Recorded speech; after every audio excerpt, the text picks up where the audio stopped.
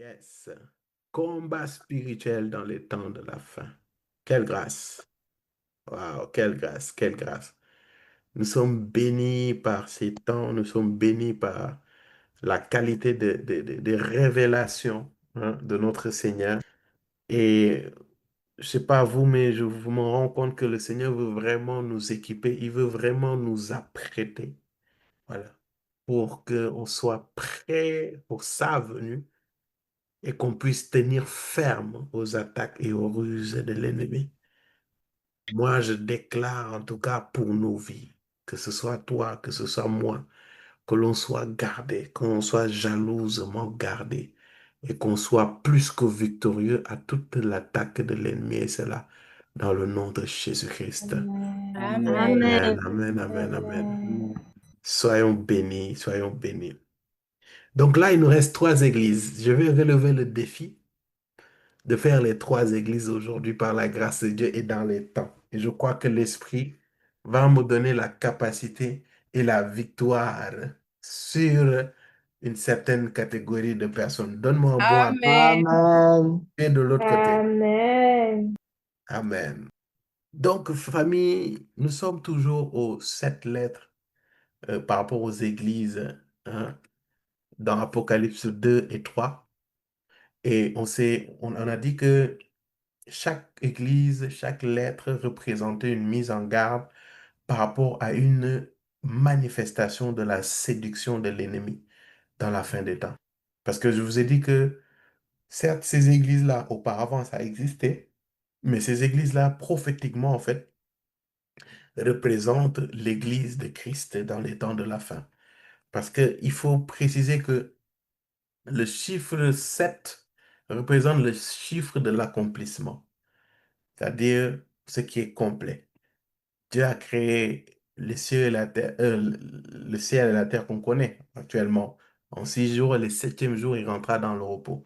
En d'autres termes, en 7 jours, tout a été accompli en termes de la création, en quelque sorte. Et quand on parle des 7 églises-là, en fait, ça représente le tout, en fait. Et c'est à chaque 7 églises, vous allez voir que le Seigneur va mettre en garde par rapport à une catégorie de séduction. Il en a donné plusieurs, je ne vais pas revenir dessus, je veux préserver mon temps. Donc, je te laisserai aller écouter sur YouTube les différents enseignements par rapport à ces séductions. Et aujourd'hui, on va aller à la 5e lettre qui a été adressée à l'église de Sardes. Donc, ça se retrouve dans Apocalypse 3. Valérie, si tu peux lire à partir du verset 1 pour nous. Apocalypse 3 à partir du verset 1. Écrit à l'ange de l'église de Sardes, voici ce que dit celui qui a les 7 esprits de Dieu et les 7 étoiles. Je connais tes œuvres. Je sais que tu passes pour être vivant et tu es mort. Sois vigilant et affermis le reste qui est près de mourir, car je n'ai pas trouvé tes œuvres parfaites devant mon Dieu. Rappelle-toi donc comment tu as reçu et entendu, et garde et repens-toi.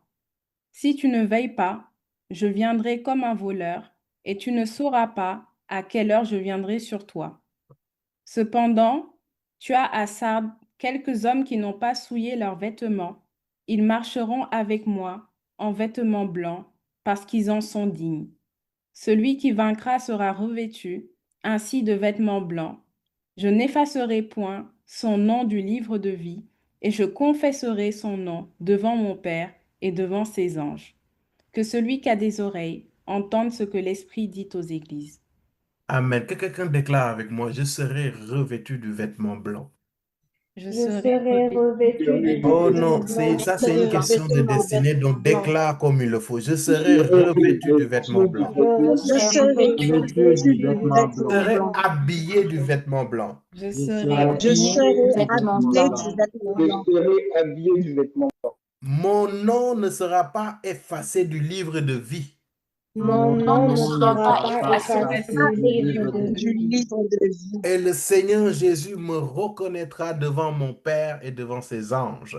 Et le Seigneur Le Jésus Seigneur me Seigneur me reconnaîtra Jésus devant me mon reconnaîtra Père devant mon reconnaîtra Père et et devant devant ses ses anges. devant anges. les anges. Amen. Amen.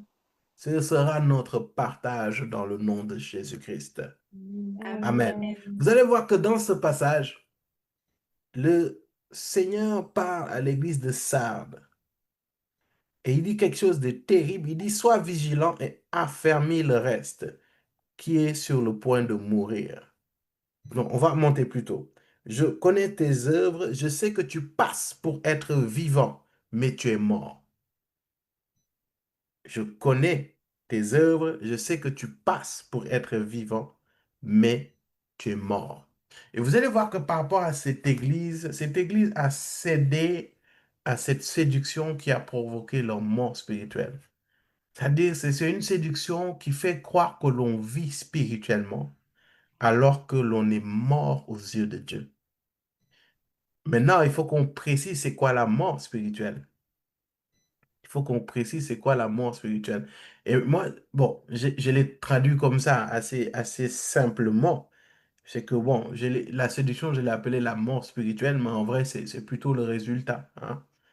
Mais je vais vous expliquer un peu qu'est-ce que le Seigneur est en train de dire par rapport à cette église. Vous allez voir que c'est une église, en fait, qui fonctionnait normalement. Et si le Seigneur parle de mort, c'est que c'était une église qui était vivante spirituellement. Et lorsqu'on parle de vie spirituelle, on parle de la vie Zoé, c'est de la vie que Dieu communique. On parle de la vie de l'esprit. Et lorsqu'on parle du fait de mourir, parce qu'il dit, je sais que tu passes pour être vivant, mais tu es mort. Ça dit que Dieu parlait à eux. Et Dieu, il disait qu'avant, ils étaient vivants devant lui, mais ils sont devenus morts pour lui. Et j'ai tendance à dire ici que le fait de mourir spirituellement consiste à une séparation. D'ailleurs, physiquement, biologiquement, quand tu meurs, c'est parce que tu es séparé du monde des vivants. Donc, spirituellement, lorsque tu meurs spirituellement, ça veut dire que tu es mort à la vie de Dieu. Tu es mort à la vie spirituelle dans le cadre de Dieu. Tu es mort à ta relation avec le Seigneur. Est-ce que quelqu'un me suit? Donc, lorsqu'on parle de mort spirituelle, bien aimé, tu peux vivre, respirer et être mort spirituellement. Avant même que nous venions à Christ, nous étions morts spirituellement. Pourquoi? Parce que nous n'avions pas cette relation, cette intimité avec le Père. Nous n'avions pas cette communion avec le Père. Et cette mort-là, c'est de cette même mort qu'il parle à Adam et Ève dans Genèse, lorsqu'il dit que lorsque vous mangerez de ce fruit, vous mourrez. Ça veut dire que cette relation qu'ils avaient dans Éden, le fait que Dieu leur parlait face to face, le fait que Dieu leur donnait des instructions, des orientations, en fait, ça faisait ils étaient en vie et qu'ils étaient connectés à Dieu. Vraiment, si j'ai une prière à faire pour toi aussi aujourd'hui, c'est que le Seigneur te préserve de la mort spirituelle. Amen. Que le Amen. Seigneur te préserve d'être mort à ses yeux. Et vous allez voir que quand tu meurs spirituellement, il y a une certaine relation, il y a une certaine intimité que tu n'as plus du tout. C'est-à-dire que la séparation est nette, complètement nette. Il n'y a pas de demi-mesure.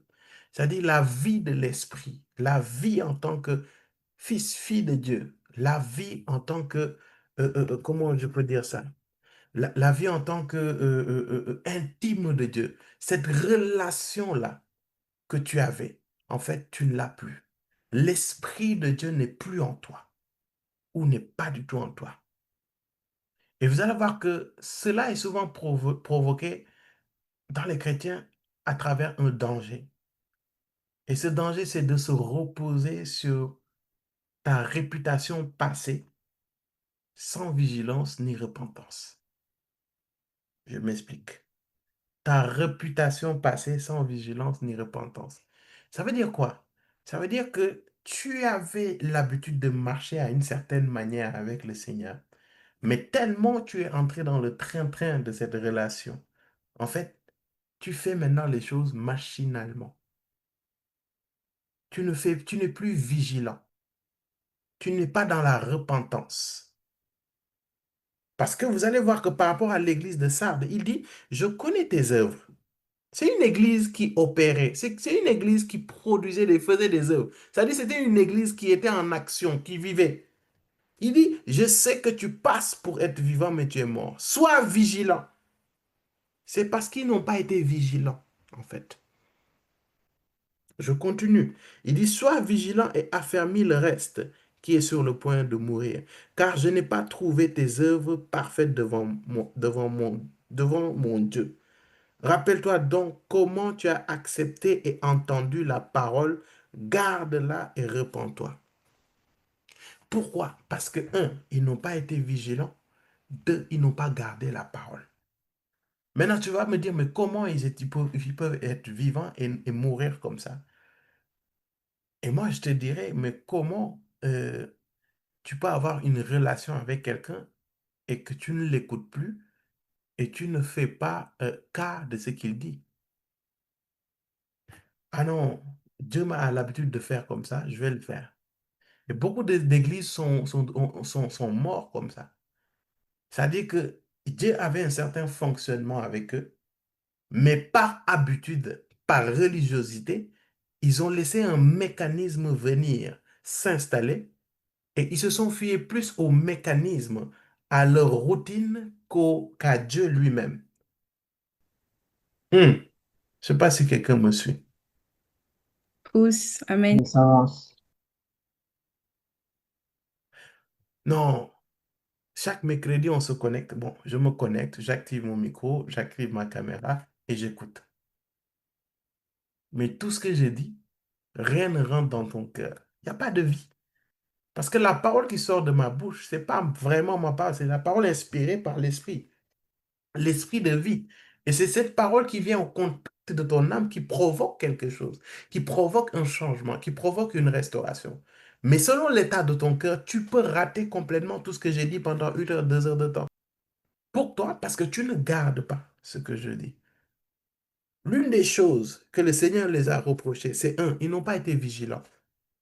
C'est-à-dire que tellement tu es dans le train-train, dans l'habitude, dans la routine, dans la religiosité, tu ne fais plus attention, tu n'es plus vigilant, c'est-à-dire que tu as laissé l'orgueil s'immiscer dans ta vie. Allez, une histoire simple, c'est-à-dire que tu es quelqu'un, par exemple, au début, quand tu venais de commencer ton travail, par peur de faire des erreurs, tu demandais tout le temps à Dieu, qu'est-ce que tu dois faire? Tu demandais tout le temps la volonté de Dieu dans tes choix, dans tes décisions. Mais maintenant que tu as de l'expérience, maintenant que tu es habitué, maintenant que tu connais le système, tu connais le fonctionnement, tu connais le rouage de l'entreprise, tu n'avises plus le Saint-Esprit. Sache que ta relation avec Dieu est morte dans ton domaine professionnel. Tu es quelqu'un, tu demandes toujours l'avis de Dieu lorsqu'il s'agit des relations. Chaque homme, chaque femme qui vient te faire des avances, qui vient pour cheminer avec toi, tu demandais à Dieu. Tu l'as fait une fois, Dieu a dit non. Tu l'as fait 2 fois, Dieu a dit non. Tu l'as fait 3 fois, Dieu a dit non. Tu l'as fait 4 fois, Dieu a dit non. Tu l'as fait 5 fois, Dieu a dit non. Tu l'as fait 6 fois, Dieu a dit non. Tu l'as fait 7 fois, Dieu a dit non. Maintenant que tu as 35 ans, 40 ans, tu dis non. L'horloge biologique sonne. Donc, dès que le premier qui te dit je, avant de dire te, tu sautes dessus. Tu ne demandes plus à Dieu. Tu es mort à Dieu. Ta relation est morte avec Dieu en ce qui concerne cette dimension de ta vie. Pourquoi? Parce que tu n'es plus vigilant. Un, parce que tu ne fais plus cas comme avant de ce que le Seigneur a à te dire. Un. Et deux, c'est ce il leur dit ici. Il dit, rappelle-toi donc comment tu as accepté et entendu la parole. Garde-la et repens-toi. Et tu ne gardes plus, tu ne reçois pas la parole de Dieu et tu ne la gardes plus. Ça, c'est la vie totale. Et toi, tu ne te repens plus. Quand tu fais des erreurs, donc, vu que tu es trop intime avec Dieu, tu ne demandes plus pardon à Dieu. Ah, Dieu va me pardonner dans tous les cas. Ça fait 1000 fois quand même que je lui demande pardon. À un moment, c'est bon, là, il comprend, là. Est-ce que je parle à quelqu'un? Amen. Les 3 choses sur lesquelles vous ne devez Amen. pas être séduit, c'est de perdre vigilance dans ta marche avec le Seigneur. Un. Deux, le fait que tu n'acceptes pas et gardes pas la parole de Dieu. Et trois, arrêter la culture de la repentance. C'est pas parce que si vous me demandez pardon, je vous pardonnerai. Il n'a jamais dit que vous n'avez pas encore à dire pardon. Il faut que tu demandes pardon.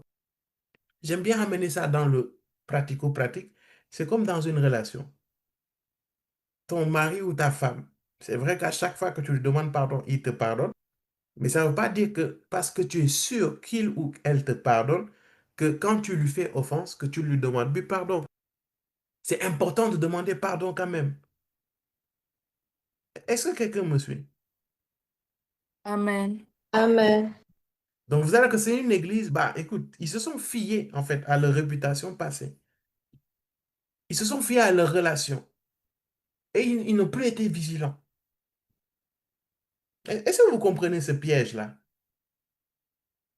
Et ça, c'est quand vous grandissez. Parce que plus vous allez grandir avec le Seigneur, plus vous allez voir qu'il y a une certaine accessibilité que vous avez envers le Seigneur. Mais cela n'est pas une raison pour ne pas, en fait, respecter Dieu, honorer Dieu, prêter attention à cette relation. Et ça, même humainement, c'est des principes que vous devez appliquer. C'est pas parce que tu es proche de quelqu'un. Allez, je parle aux mariés. Les célibataires, soyez bénis. C'est pas parce que tu es marié avec la personne pendant plusieurs années que tu dois prendre la personne pour acquise, en fait. Ne plus faire attention, ne plus faire preuve d'affection, ne plus demander pardon, ça représente la repentance. Ne plus respecter la personne, ne plus porter vraiment de l'affection, lui montrer que tu apprécies la personne. C'est pas à cause parce que vous êtes resté longtemps que cette personne est acquise. Parce que dès que tu commences à te comporter de cette manière, c'est l'un des meilleurs moyens pour étouffer cette relation, tuer cette relation. Il y en a de même pour le Seigneur. Est-ce que je parle à quelqu'un? C'est pour cela, je vais vous choquer. Mais pour la stabilité d'un couple, il faut instaurer, il faut avoir une discipline, il faut instaurer des routines. Souvent, on va vous conseiller, oui, il faut casser le quotidien. Oui, il le faut. Mais il y a des routines. Il y a une discipline que vous devez intégrer dans une certaine routine dans votre couple pour permettre, en fait, que la vie demeure, en fait, dans votre relation, dans le mariage. Il en est de même dans notre marche avec le Seigneur. Qu'est-ce que vous faisiez au début et qui faisait votre joie, qui amenait une certaine flamme? Et pourquoi l'avez-vous arrêté? Et vous allez remarquer que les choses ne sont plus comme avant. Tu as l'impression d'avoir un ami, une amie à côté de toi. Pourquoi? Parce que vous n'avez pas su, en fait, garder cette vie dans votre relation en appliquant certaines routines, certaines disciplines, si je peux dire ça comme ça. C'est vrai, vous pouvez essayer de nouvelles choses. Voilà, casser le quotidien, c'est bien. Mais il faut avoir certaines choses qui maintiennent, en fait. C'est quoi? Est-ce que chaque mois, c'est un resto? Je ne sais pas. Ou bien est-ce que chaque mois, vous sortez, vous discutez de vous, vous ne parlez plus du travail, vous ne parlez plus du bébé si vous avez un enfant, vous parlez que de vous deux. Quelle était la dernière fois où vous avez fait ça? Dans votre vie spirituelle, il y a une certaine discipline, il y a une certaine routine que tu as avec le Seigneur et qui garde la relation, qui garde vraiment cette flamme, cette vie entre vous deux. C'est-à-dire que c'est des choses, tu ne lésines pas dessus. Quel que soit, tu vas monter, descendre, c'est des choses que tu gardes. Une vie de prière, une vie de méditation. Par exemple, le matin, tu médites. Le matin, tu pries. Tu maintiens cela. Mais ce n'est pas parce que Dieu est miséricordieux que Dieu t'a pardonné plus tard que maintenant que tu es trop spirituel. Non, maintenant je parle à Dieu. Je parle à Dieu dans ma tête. J'entends la voix de Dieu. Moi, je communique avec Dieu où que je puisse être. Donc, c'est pas grave. Je vais partir rapidement et puis je parle, je discute avec Dieu dans le bus. D'accord? Tu as raison, mais tu as tort en même temps. Et tu as plus tort que raison. Si je suis avec mon épouse, si tu es avec ton époux, et vous ne parlez que lorsque vous êtes sur la route pour aller au travail, est-ce que tu trouves cela sérieux? Je ne crois pas que c'est dans le bus ou dans le train que vous allez vraiment parler des choses sérieuses. Ah, ah. Dieu, parfois, je vais dire souvent, a besoin de l'exclusivité. Il veut que tu laisses tout. D'ailleurs, je ne vais même pas parler. Vous qui cheminez. Bon, je vais prendre les systèmes. La plupart détestent quand le bro vous parle que lorsqu'il fait quelque chose en même temps. C'est-à-dire que le bro, il ne vous appelle que lorsqu'il est entre le boulot et la maison ou la maison et le boulot. Mais lorsqu'il rentre, il ne prend pas le temps de tout laisser et de parler avec vous seul. Il y a une différence, oui ou non? Eh, répondez-moi, on se connaît ici. Oui, une Oui, grande C'est pas les... différence. Eh, on se parle ou pas? Pourquoi? Parce que le fait qu'il laisse tout, qu'il ne se concentre que sur toi, qu'il ne se consacre qu'à toi, ça montre en fait la valeur qu'il a envers toi, en fait. Est-ce que je parle à quelqu'un? Yes. Est-ce que vous avez ces Amen. moments? Est-ce que vous avez ces routines? C'est pas parce que maintenant que tu as plus de facilité, parce qu'au début de ta relation, tu avais du mal. Quand Dieu te donnait juste un mot, tu sautais, tu étais content. Quand tu entendais juste le je t'aime de Dieu, tu étais hyper content. Mais maintenant que Dieu te parle fluidement, tu veux faire de lui ton camarade et puis tu lui parles que quand tu es en activité, quand tu es entre deux trains ou bien entre deux croissants, tu viens, tu lui parles et puis tu fuis, tu pars. Non. Il faut passer du temps avec lui. Il faut lui donner l'importance qu'il a. Et souvent, on n'est pas vigilant. Que quelqu'un dise avec ce mot, avec ce mot, vigilant. vigilant. Vigilant. Bien-aimé, Vigilant, notre Vigilant. relation vigilant. avec le Seigneur demande de la vigilance. Il dit, sois vigilant et affermi. Il y a des qualités, il y a une discipline que tu avais. Mais parce que maintenant, il y a la proximité, il y a l'habitude, il y a la dégénérescence, tu veux délaisser cela. Quelles étaient les disciplines, les qualités que tu avais dans ta relation avec le Seigneur et qui maintenaient cette vie, cette flamme et que tu as arrêté de faire? Pose-toi la question. Marcher longtemps avec Dieu, marcher pendant le Seigneur avec un certain temps, parfois nous pousse à la négligence. Et souvent, tu vas voir que plus on va grandir, plus tu vas être tenté de négliger la parole de Dieu. C'est vrai. C'est pour ça que Dieu dit de garder son cœur d'enfant. Plus tu vas être avec ton époux, plus tu vas être avec ton épouse, plus tu vas vouloir, tu vas être tenté de banaliser son je t'aime. Son je t'aime du début de la relation et son je t'aime, comment tu le reçois, tu le perçois après 5 ans, 10 ans, 20 ans, 15 ans de relation. Si tu ne gardes pas ton cœur, si tu n'exerces pas ton cœur, si tu ne disciplines pas ton cœur, tu risques de penser que c'est juste des phrases. Amen. C'est pour cela qu'il faut Amen. avoir cette discipline. Amen. C'est des gens qui avaient cette réputation. Ils ont été connus pour faire des œuvres, pour être une église active, qui était vivant. Mais ils se sont tellement fiés au train-train quotidien. Ils se sont tellement fiés à leur intimité. C'est pas, non, pas à leur intimité. Ils se sont tellement habitués à leur relation, à leur fonctionnement avec Dieu, qu'ils ont laissé. Ils n'ont plus été vigilants. Ils n'ont plus été vigilants. Ils n'ont plus été vigilants. Et je veux parler à une catégorie de personnes.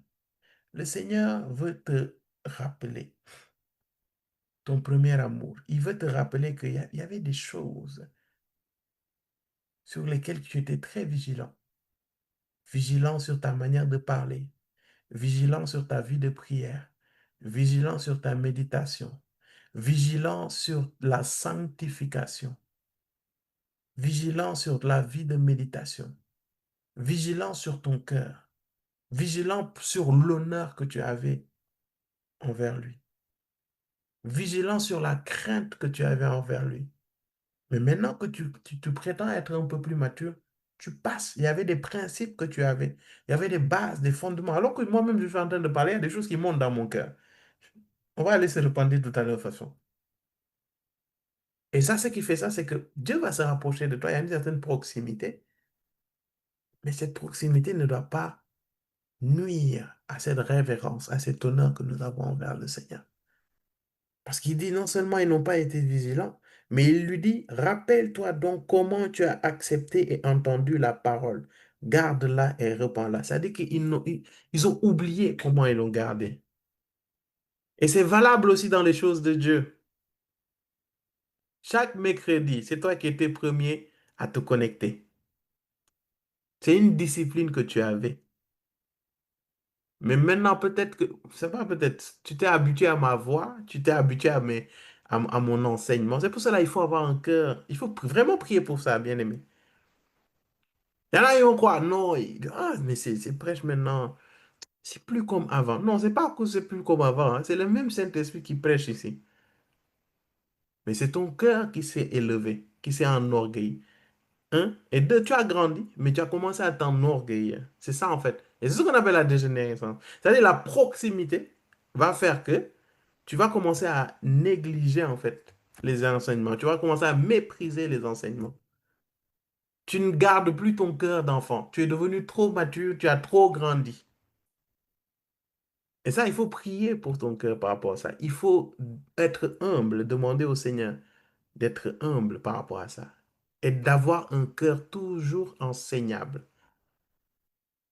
Oui, oui, oui. Ouais, je me rappelle, il y a un jour où il y avait une personne qui est venue, on discutait parce que je voyais que la personne ne se connectait plus. Je discute pour se comprendre qu'est-ce qui se passe. Je dis non, je suis toujours avec vous, hein, je suis toujours avec vous. Mais dernièrement, j'écoute voilà, quelqu'un, mais je suis vraiment béni et tout. Voilà, c'est pas que je suis pas béni avec toi, mais je pense que, en fait, voilà, j'ai beaucoup appris avec toi, j'ai beaucoup appris avec toi, mais je ne sens plus que je suis en train d'apprendre. Donc j'écoute la personne, je sens calomnie. Je regarde à la vie de cette personne. En fait, j'ai discerné que la personne a cru qu'elle est arrivée. C'est pas que elle n'apprend plus quelque chose, mais dans son cœur, elle s'est enorgueillie. Elle a cru qu'elle a suffisamment grandi. Moi, je vois la vie de la personne. Je vois sa marche avec le Seigneur. Elle n'y est pas du tout. Mais c'est parce qu'il y a une certaine proximité, en fait. Et souvent, on fait avec Dieu. De toute façon, quand on fait avec les choses de Dieu, c'est qu'on le fait avec Dieu. Tu as été le premier à te connecter. Continue dans cette discipline. Anecdote, ce qui m'est arrivé aujourd'hui. Je finis ce que j'ai à faire, je viens, j'allume hein, mon ordi, je viens, je m'assois, et puis je mets un peu d'adoration et tout, j'adore. Après, je clique sur Zoom, j'entre, je vois que je suis seul, mais je dis, mais non, il y a un problème. Comment ça, je suis seul? Je regarde, je dis, mais il est 19h20. En fait, j'ai oublié que l'enseignement, c'est à 20h20. Je me suis connecté à 19h20. Moi-même, j'ai ri de moi.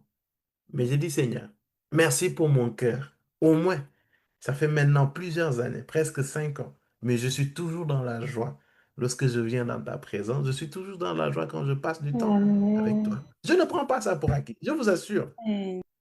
C'est toujours une joie. Bien aimé, la constance, ce qu'on n'aime pas dire là, la constance, une constance dans notre relation avec Dieu.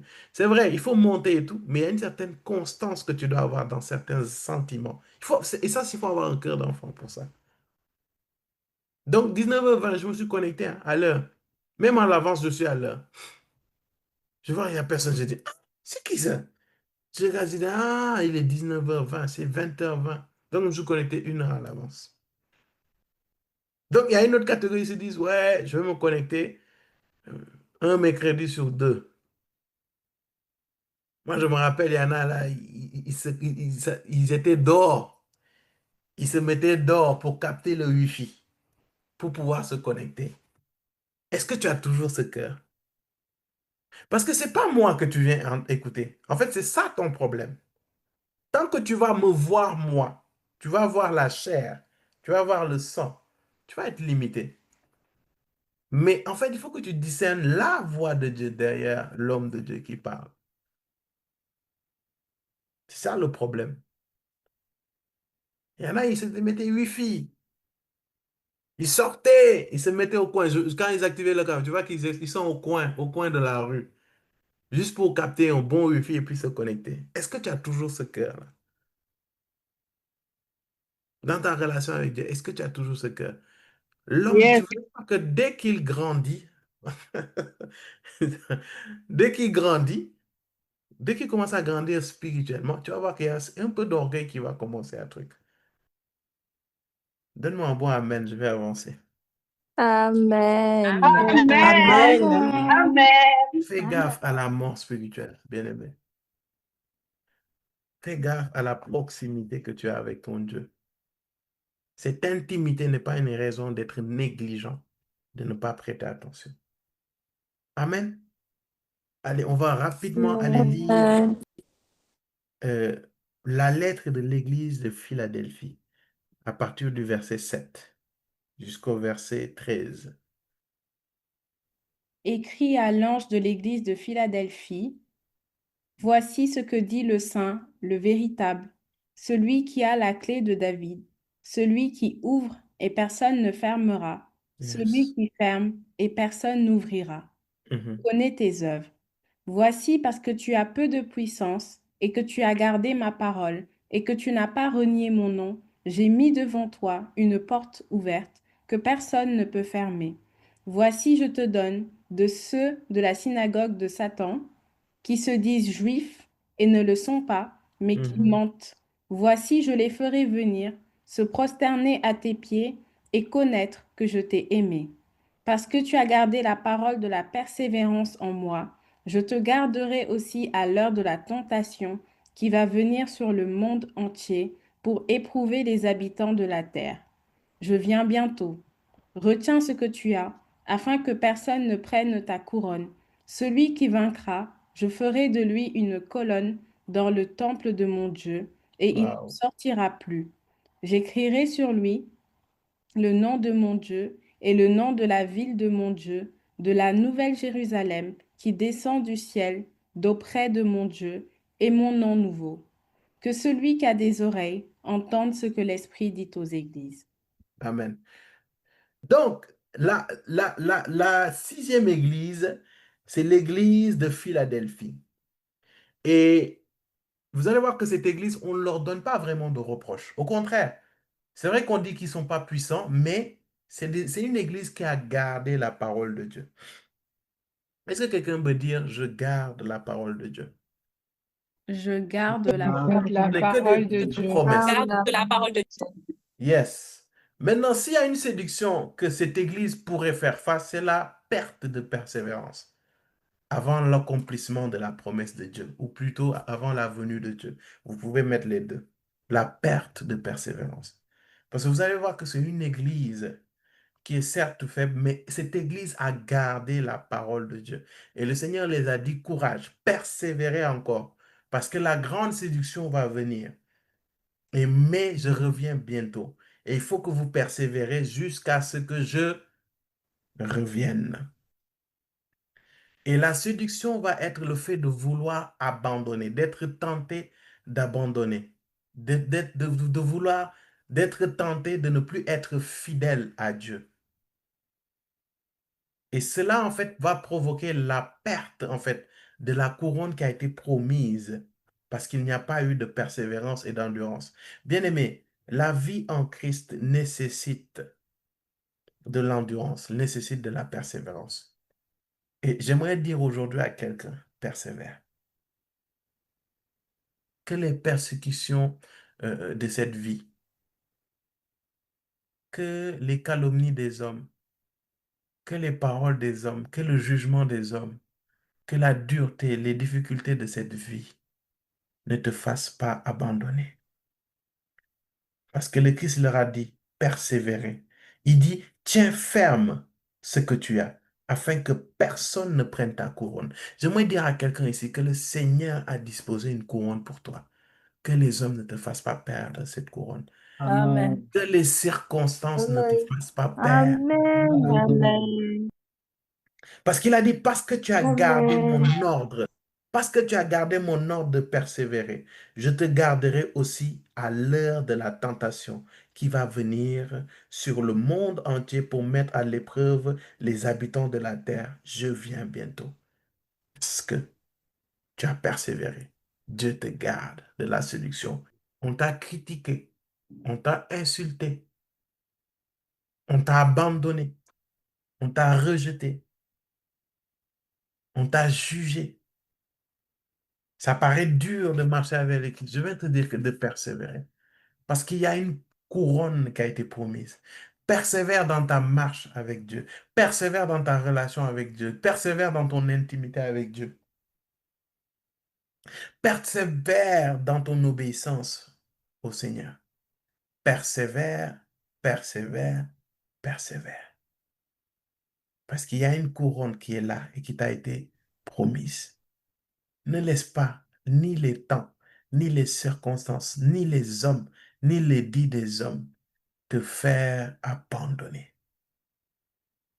Parce qu'il dit que parce que tu as gardé mon ordre de persévérer, je te garderai de la tentation qui viendra mettre à l'épreuve tous les habitants de la terre.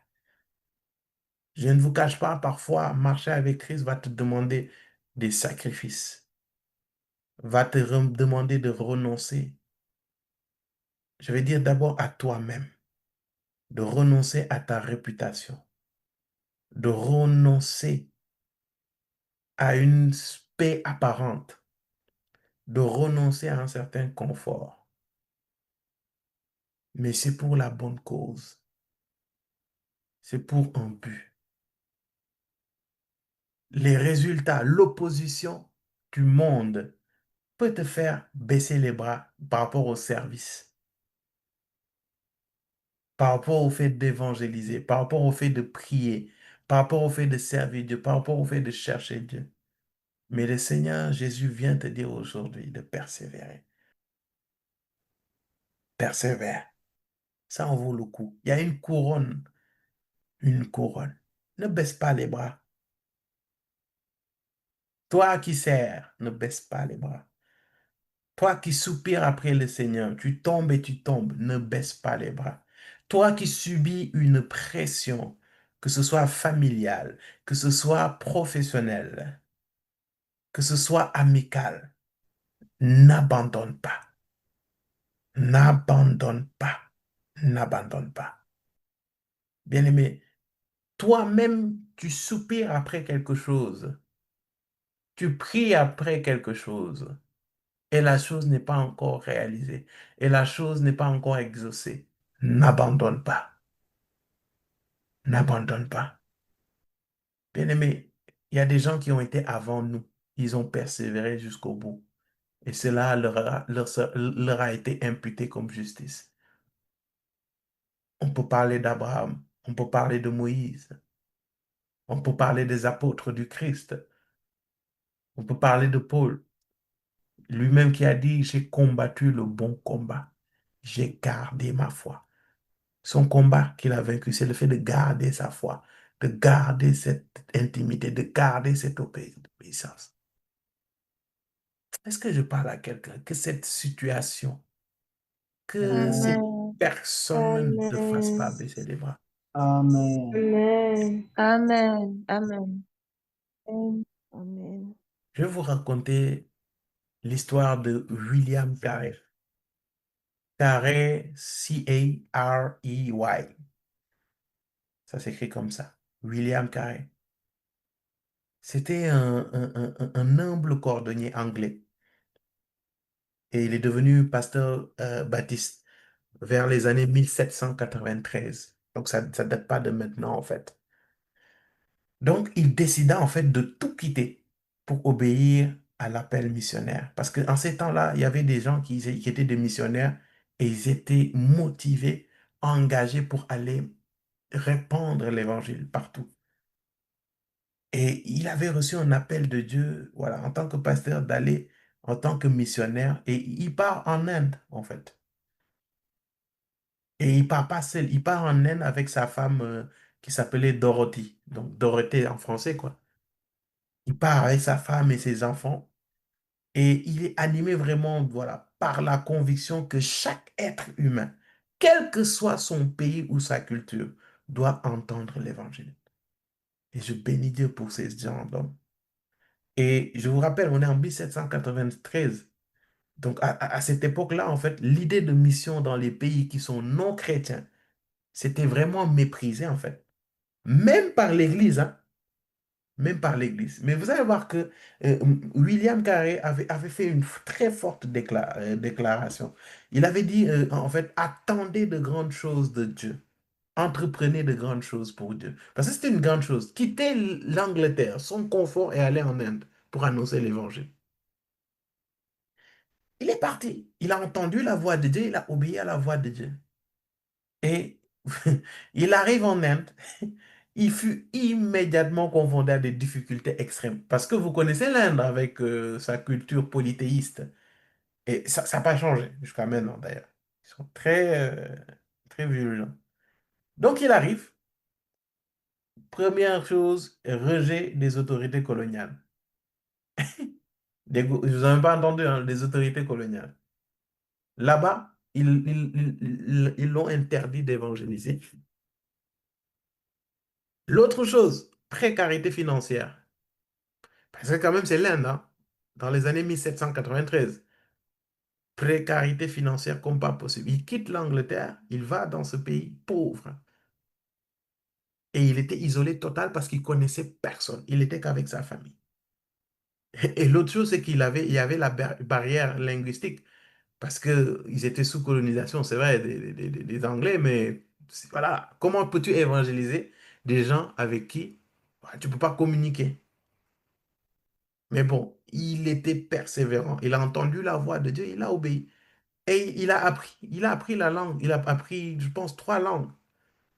Le bengali, je sais pas, le sanskrit et le marathi. C'était des langues, en tout cas, indiennes.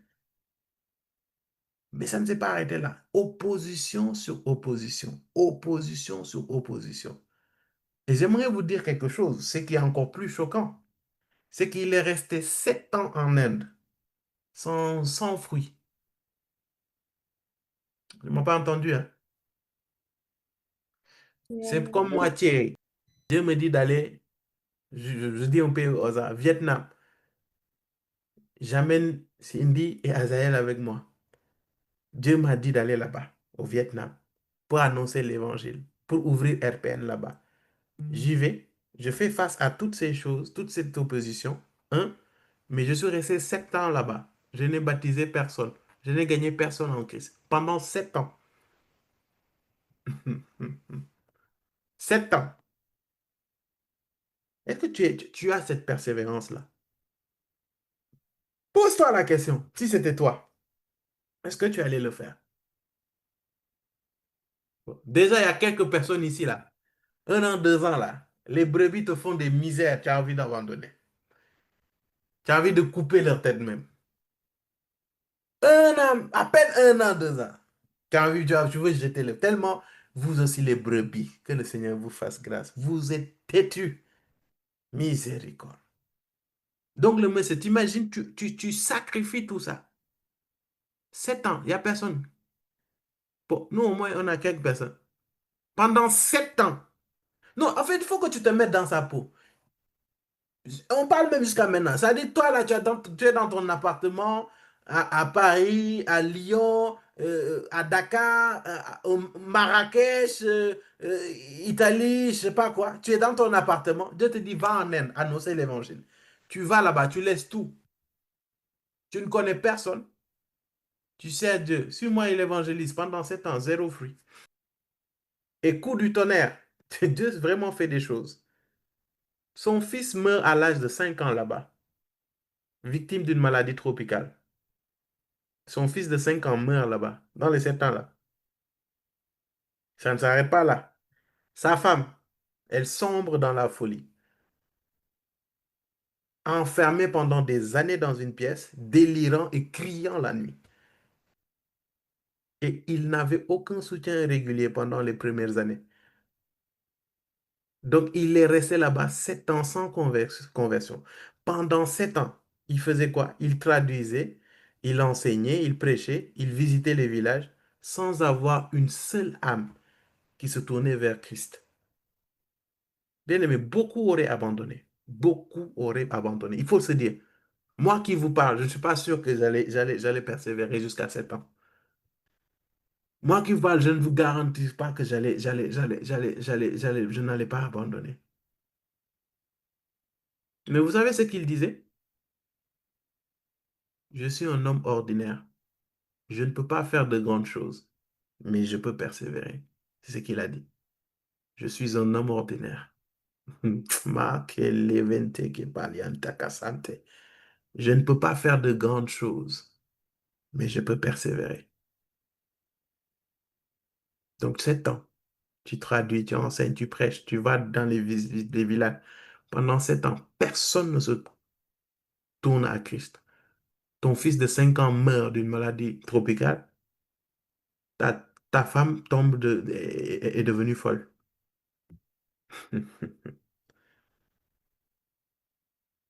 Mais dis Dieu, dis Dieu, Dieu, Dieu, my God, Dieu. la paradako. Après 7 ans, c'est-à-dire en 1800,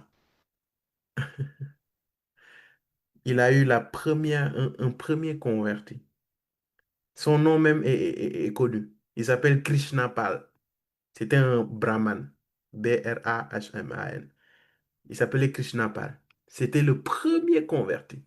Et Carré le baptisa en fait dans le Gange et au prix de nombreuses menaces et critiques. Parce que le Gange représentait spirituellement quelque chose là-bas. Il a baptisé Krishna Pal là-bas en 1800. C'était son premier converti après 7 ans. Et vous allez voir que c'est à partir de là, en fait, que les fruits ont commencé à apparaître. 12 ans après, vous allez voir que Carré et ses collaborateurs, ils ont baptisé 700 Indiens. Bien aimé, je vous mets dans le contexte. Indiens, polythéistes, 1700. 12 ans après, ils ont baptisé 700 Indiens. 1824, vous allez voir que le chiffre monte jusqu'à 1400 convertis. Et il est mort vers les années 34. Et vous allez voir que son œuvre missionnaire, donc 34 moins 7, en 27 ans, son œuvre missionnaire a fondé plus de 2000 chrétiens baptisés. Et issus de différents groupes ethniques et castes indiens. Et ce pays était très, très, très virulent contre le truc. Et vous allez voir que si vous pouvez faire des recherches par rapport à Carré, Carrey. C'est lui qui il a fondé une imprimerie indienne là-bas. Et il a traduit la Bible, en fait, en plus de 40 langues et dialectes indiens. Et il a ouvert, je pense, une dizaine d'écoles, et surtout pour les filles. Et ça, c'était révolutionnaire en cette saison-là. C'était révolutionnaire. Et c'est lui, en fait, qui a lutté activement pour abolir le sati. Je ne sais pas si vous connaissez le sati. SATI. En fait, et vous êtes prêts? yes. Nous, Euh, dis-nous. C'est Dis-nous. une tradition qui consistait à immoler des veuves hindoues sur le bûcher de leur mari. Ton mari meurt, tu meurs avec lui, quoi. On te brûle, le sati. Il y a Agnès qui a reculé d'un coup. On brûlait les veuves sur les bûches de leur mari. Et il a lutté activement sur ça. Et c'est lui qui est reconnu comme le père, en fait, des missions protestantes modernes. Et si vous allez sur sa tombe, si vous allez en Inde, vous allez voir qu'il est écrit là-bas, un verre inutile, mais entre les mains de Dieu. C'est ça qu'il a demandé qu'on écrive sur sa tombe. un verre inutile, mais entre les mains de Dieu. Que quelqu'un dit avec moi, persévère. Persévère. Persévère. Le monsieur a persévéré, bien-aimé. Il a persévéré. T'imagines, 7 ans, tu laisses tout. 7 ans, zéro conversion. Quand j'ai lu cette histoire, j'ai dit, ouais, Seigneur, j'ai du travail. Bon, peut-être toi, tu es persévérant, mais moi, j'ai du travail encore. Il n'a pas abandonné, il a persévéré. Il a dit, je suis un homme. Ah, toi aussi, tu ne vas pas me demander l'histoire de ça toute sa vie. Va faire des recherches, tu vas chercher. Moi, l'intérêt, c'est de vous parler de la persévérance. Et ça me rappelle un jour quand je priais par rapport à quelque chose et j'étais très frustré. Et j'ai crié à Dieu. Et Dieu m'a dit une phrase. Et cette phrase-là, ça m'a toujours marqué et ça reste toujours dans mon esprit. C'est, me seras-tu toujours fidèle, même si je ne te donne pas ce pourquoi tu pries? Et je vais te répéter cette question. Me seras-tu toujours fidèle, même si je ne te donne pas ce pourquoi tu pries? Et d'un coup, j'ai arrêté de prier et je me suis posé et je méditais sur ça. Pourrais-je demeurer fidèle à Dieu, même s'il ne me donne pas ce pourquoi je prie? Je ne t'ai pas dit des prières où tu pries une ou deux fois et puis tu t'arrêtes, quoi, tu oublies. Mais tu es resté, tu as soupiré après cela encore et encore et encore. Pose-toi cette question. Pose-toi cette question. Peut-être tu priais pour le réveil dans la ville dans laquelle tu es. Tu gagnes beaucoup d'âmes. Ça fait 2 ans, 5 ans, 6 ans, 7 ans, il n'y a rien. Serais-tu prêt? Serais-tu toujours aussi fidèle? Serais-tu toujours aussi zélé? Moi, il m'a demandé ça. Me seras-tu fidèle et dévoué, même si je ne te donnais pas ce pourquoi tu soupires? En fait, c'est exactement cette phrase-là, soupir. C'est encore plus parlant. C'est comme ça qu'il m'a... Me seras-tu fidèle et dévoué, même si je te donnais ce pourquoi tu soupires? Il y en a parmi nous, quand Dieu ne répond pas à ta prière, quand Dieu ne répond pas du tout, il ne te donne rien, ton zèle commence à diminuer. Ton dévouement commence à diminuer. Ta soif de me rendre. Ne me dis pas que tu aimes Dieu si c'est le cas. C'est que ton amour avec Dieu doit être travaillé. Son amour est inconditionnel. Que tu l'obéisses ou pas, Dieu t'aime. Mais si Dieu aujourd'hui peut retirer telle ou telle chose, pour William Carré, Dieu lui a retiré son fils à 5 ans. Il n'a pas arrêté de pousser. Et en pire, non seulement il l'a retiré, mais il n'y avait aucune âme qui est venue à Christ pendant 7 ans. Le monsieur a persévéré. Qu'en est-il de toi? Tu fournis des efforts, tu payes le prix, tu te sacrifies. Aucun résultat, ton dévouement diminue. Tu te décourages complètement. Réajustons-nous et persévérons. L'église de Philadelphie n'était pas puissante. C'est-à-dire qu'il n'avait pas énormément de fruits. Il ne provoquait pas énormément de fruits. Mais vous allez voir que le Seigneur leur a dit, mais vous avez gardé ma parole. Et parce que vous avez gardé ma parole, j'ouvrirai les portes. Seras-tu capable de garder la parole de Dieu, d'obéir à la parole de Dieu, de courir avec la parole de Dieu, même s'il ne te donne pas ce pourquoi tu soupires? C'est en cela qu'on verra si tu aimes vraiment Dieu ou pas. L'amour ne va pas vraiment être manifesté lorsque tout va bien. Mais lorsque viennent les épreuves, les persécutions, les blocages, c'est là qu'on va voir. Est-ce que tu es toujours aussi zélé?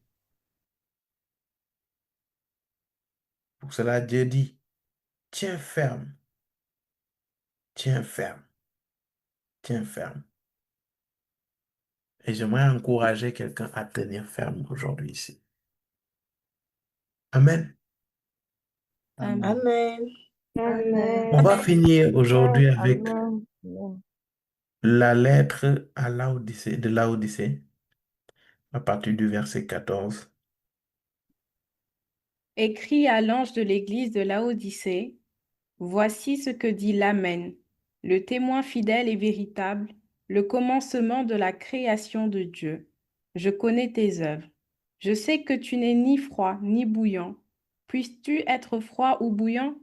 Ainsi, parce que tu es tiède et que tu n'es ni froid ni bouillant, je te vomirai de ma bouche. Parce que tu dis, je suis riche, je me suis enrichi et je n'ai besoin de rien, et parce que tu ne sais pas que tu es malheureux, misérable, pauvre, aveugle et nu, je te conseille d'acheter de moi de l'or éprouvé par le feu, afin que tu deviennes riche, et des vêtements blancs, afin que tu sois vêtu, et que la honte de ta nudité ne paraisse pas, et un collier pour oindre tes yeux, afin que tu vois. Moi, je reprends et je châtie tout ce que j'aime. Aie donc du zèle et repens-toi. Voici, je me tiens à la porte et je frappe. Si quelqu'un entend ma voix et ouvre la porte, j'entrerai chez lui, je souperai avec lui et lui avec moi. Celui qui vaincra, je le ferai asseoir avec moi sur mon trône, comme moi, j'ai vaincu et me suis assis avec mon Père sur son trône. Que celui qui a des oreilles entende ce que l'Esprit dit aux églises. Amen. Amen. Septième, tiédeur spirituelle. La tiédeur spirituelle. Et cette tiédeur, vous allez voir que va être provoquée par cette séduction de croire qu'on est riche, on est prospère, on n'a besoin de rien, alors qu'on est pauvre, aveugle et nu spirituellement. Et c'est ce qui provoque une tiédeur qui pousse à rejeter Dieu. Parce qu'il dit, tu n'es ni chaud ni froid, tu es tiède, et je te vomis. Bien-aimé, faites très attention au confort. Faites très attention au confort. Faites très attention lorsque le Seigneur vous donne ce pourquoi vous avez prié. Faites très attention lorsque le Seigneur vous visite. Ça peut être un tremplin pour monter dans ta relation avec Dieu. Ça peut être un tremplin pour être reconnaissant, bénir Dieu. Mais ça peut être un piège lorsque tu te prélasses et lorsque ton cœur se tourne vers ces choses pour lesquelles tu as prié et que Dieu t'a exaucé et que tu continues de tourner ton cœur. Parce que Dieu dit, là où est ton trésor, là est ton cœur. Quand ton trésor, la réponse à ta prière, ton cœur va y être. Mais si ton trésor, c'est Dieu, tu vas voir que j'ai vu des hommes, j'ai vu des femmes qui se sont éteints dans leur marche avec le Seigneur, qui se sont éteints dans leur service avec le Seigneur, juste après le mariage. Ils ont prié après le mariage. Ils ont soupiré après le mariage. Le Seigneur les a permis de se marier. Quand le mariage est venu, ils sont devenus tièdes. Et c'est là où tu comprends que leur motivation, ce n'était pas Dieu, c'était le mariage. Le zèle qu'ils avaient là pour prier, en fait, c'était pour le mariage, c'était pas pour Dieu. Le mariage est censé favoriser ta relation, ton intimité, ton obéissance et ton service envers Dieu. Pas le contraire. Il y en a, c'est le travail. Très zélé, très excellent dans ton service. Tu as prié après le travail. Le travail est venu, on ne te voit plus, on ne t'entend plus. Tu n'as plus de temps. C'est pour cela que Dieu dit, je te vomis. C'est l'une des phrases les plus violentes que Dieu donne, hein. Je te vomis. Puisque tu n'es ni froid, ni chaud.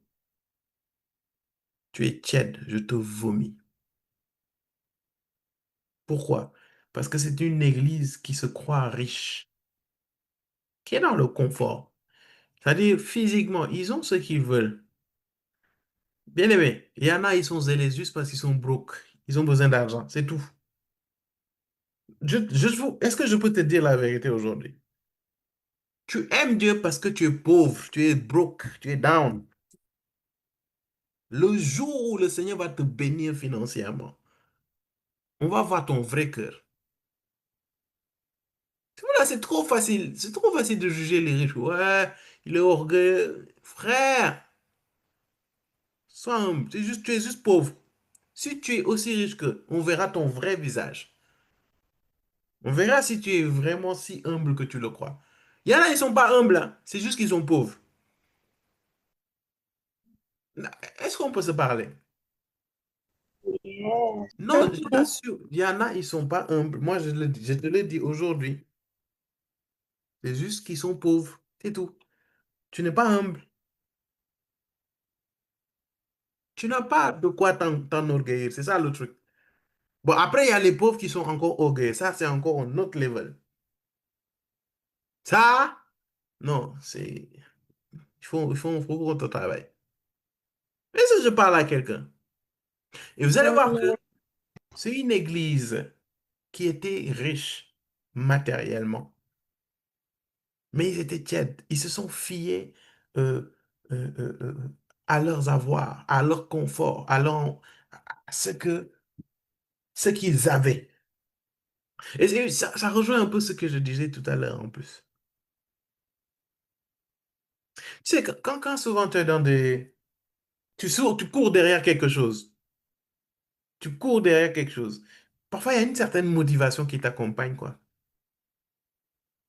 Mais est-ce que le jour où le Seigneur va te bénir de ce travail, le Seigneur va te bénir de cette prospérité, est-ce que le jour où le Seigneur va te bénir de cette percée, de ce déblocage, est-ce que tu seras aussi zélé? Est-ce que tu seras aussi assoiffé pour le Seigneur? C'est-à-dire que c'est une question que tu dois te poser aujourd'hui. J'ai vu des gens ici, quand ils n'ont pas ce qu'ils veulent, quand ils n'ont pas le travail qu'ils veulent, quand ils n'ont pas cette promotion qu'ils veulent, quand ils cherchent ce travail, cette promotion, ce mariage, ceci ou cela, c'est les plus ailés. Mais dès qu'ils ont eu ce pourquoi ils prient, on ne les voit plus. Et c'est triste. C'est comme ce pasteur qui était un serviteur zélé, qui soupirait après Dieu. On lui a fait une promotion, il était directeur dans, je sais pas, d'un cabinet ou un truc du genre par rapport au cabinet de ministre. Le monsieur, on ne le voyait plus à l'église. On l'appelle, non, j'ai pas le temps. Je suis pas en train de dire que tu ne dois pas travailler. Je suis pas en train de dire cela. Mais quel est l'état de ton cœur, en fait? Rappelez-vous de la négligence de tout à l'heure. Bien aimé, travailler ou bien être dans ce que le Seigneur, ce pourquoi tu pries le Seigneur, n'est pas une excuse pour être tiède. Tu peux travailler et continuer à servir Dieu. Tu peux travailler avec excellence et servir Dieu avec excellence. Tu peux Amen. étudier avec excellence et servir Dieu avec excellence. L'un n'empêche pas l'autre. Tu peux être marié, avoir un mariage excellent et servir Dieu avec excellence. Tu peux avoir des enfants avec une éducation excellente et servir Dieu avec excellence. Amen. Excuse-moi, hein, ta baisse de foi, ta baisse d'intimité n'est que le reflet, en fait, de ton amour envers le Seigneur et de ton manque de confiance envers le Seigneur. Oui, oui, oui, oui. Dieu t'a donné le travail, mais tu ne lui fais pas suffisamment confiance pour t'aider, pour te soutenir, pour te capaciter pour ce travail-là même qu'il t'a donné. Et parce que tu veux coûte que coûte faire les choses selon ta manière, tu as rejeté Dieu de ton travail et tu rejettes Dieu de ton service. Tu penses que Dieu va t'amener dans des choses qui vont te tuer, qui vont réduire ton zèle, qui vont... Non! Le problème, c'est toi.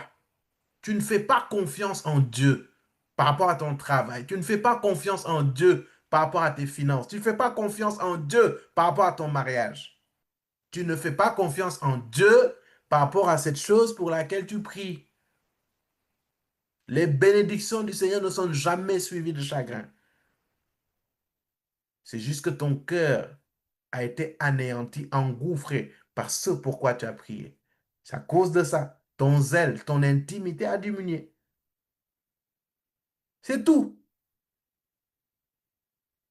Dieu t'a béni d'un enfant, Dieu t'a béni d'un mariage, Dieu t'a béni d'un travail, mais tu ne lui fais pas confiance. Tu as peur de perdre ton travail, tu as peur de perdre ton mariage, tu as peur de perdre ton ceci, tu as peur de perdre cela. Pourquoi?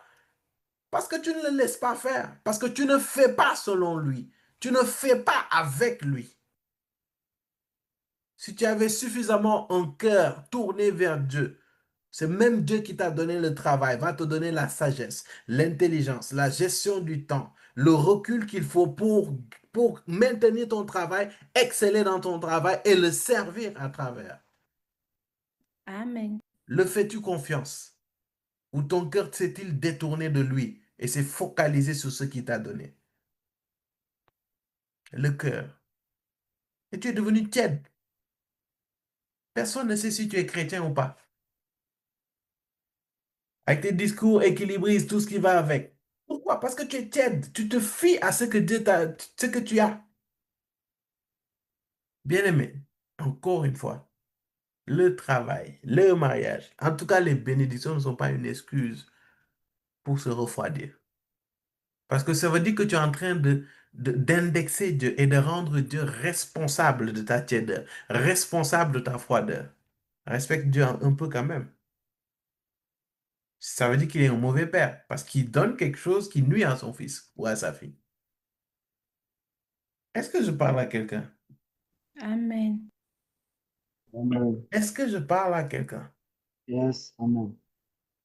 Amen. Quelle était la dernière fois que tu as parlé de Christ à quelqu'un? Oui. Quelle était la dernière fois que tu as témoigné de Christ à quelqu'un? Quelle était la dernière fois où tu t'es arrêté, tu as eu un moment d'intimité avec le Seigneur? Quelle était la dernière fois où tu as obéi au Seigneur? Tu as entendu la parole de Dieu et tu as obéi, tu as fait selon sa volonté. Bah, quelle était la dernière fois où tu es venu dans la communion fraternelle? Quelle était la dernière fois que tu as honoré Dieu avec tes dîmes et tes offrandes? Je vais te dire. C'était quand la dernière fois que tu t'es posé, tu as soupiré après lui, tu as crié à Dieu, tu lui as dit que j'ai besoin de toi. Mais maintenant que tu as un certain niveau de salaire, c'est-à-dire même ta soif, c'est-à-dire tu pries à peine. Tu n'es ni chaud ni froid. Parce que tu es ni chaud ni froid. Tu es tiède. Je te vomis. Maintenant, la question qu'on doit se demander, est-ce que tu es embrasé pour le Seigneur ou pas? C'est une question qu'on doit tous se poser, moi en premier même. Amen. On va s'arrêter là pour aujourd'hui. Est-ce que quelqu'un a été béni aujourd'hui?